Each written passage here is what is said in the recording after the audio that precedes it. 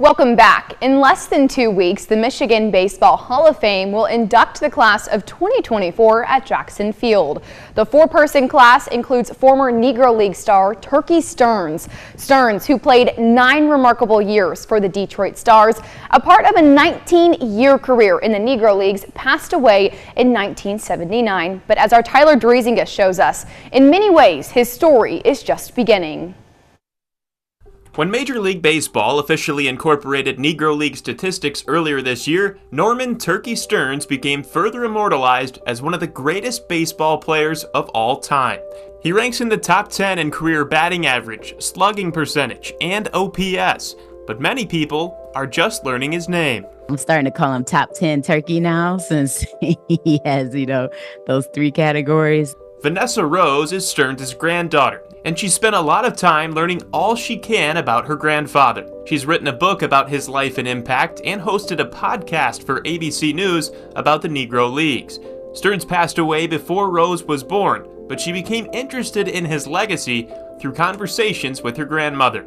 As the granddaughter of Turkey Stearnes, she was letting me know and really pouring into me, like, you have that same light that he had.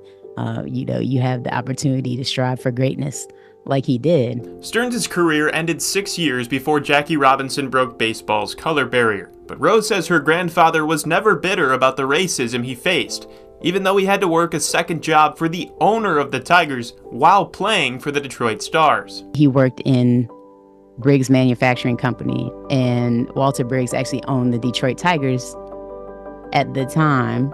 And so the fact that he owned the manufacturing plant and the Tigers, and my grandfather was working there, he easily could have recognized his talent. But because of segregation and Jim Crow, and because of Walter Briggs' own biases and his beliefs, Grandpa didn't have that opportunity. Again, he was not bitter about it.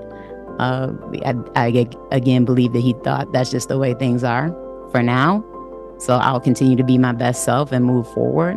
When Stearnes officially goes into the Michigan Baseball Hall of Fame here at Jackson Field, it will be the 5th Hall of Fame he's been inducted into, a list that includes the National Baseball Hall of Fame in Cooperstown, New York. The tragedy for Stearnes and so many other Negro League stars is that all these honors and recognitions of his greatness have come after he passed away. It's really important to give people their flowers when they're here and to acknowledge their greatness, especially when they're on that level of greatness. There's so many stories that we're missing out on because he's not here to speak for himself.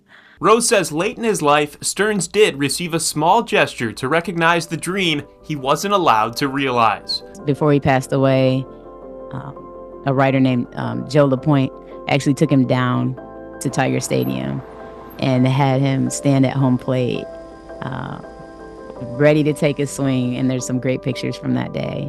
A beautiful gesture, but Stearnes was only able to stand on the field where he should have shined. I think his story is really just beginning in many ways, which is amazing. But at the same time, I wish he could have given the speech at Cooperstown, for example, or could have made the trip to Cooperstown just to see it, in all its glory.